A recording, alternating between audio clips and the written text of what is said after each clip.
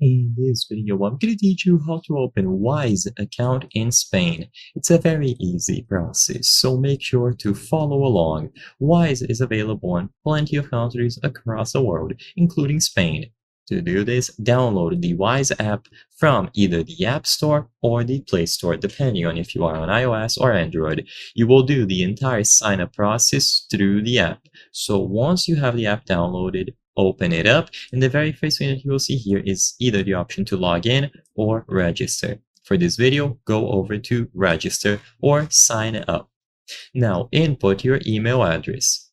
Tap next once that's done, and you have to choose between a personal or a business account.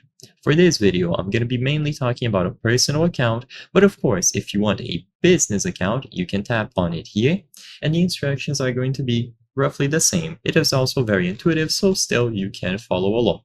Next, include the primary country of residence. In this case, it should be Spain. If you chose a business, they might also ask for the address of your particular business.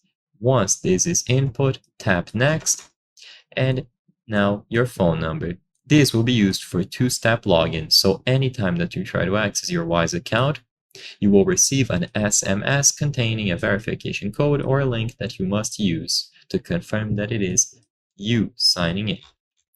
Next, you have to choose between getting started with Wise, sending money, and other options. So they will ask you for your current goals. This isn't strictly mandatory, but it can help to speed up the setup process. So choose what you want to do with Wise. If you select the first option, they are going to teach you how to set up currencies, get your card, and then send money. Or if you choose send money, you will be able to set up a transfer right away and then choose the options related to cards and currencies later. Finally, you have to verify your account. You must present a valid document. In this example, a passport. You must take a clear picture of your passport containing all of the information and according to these instructions here.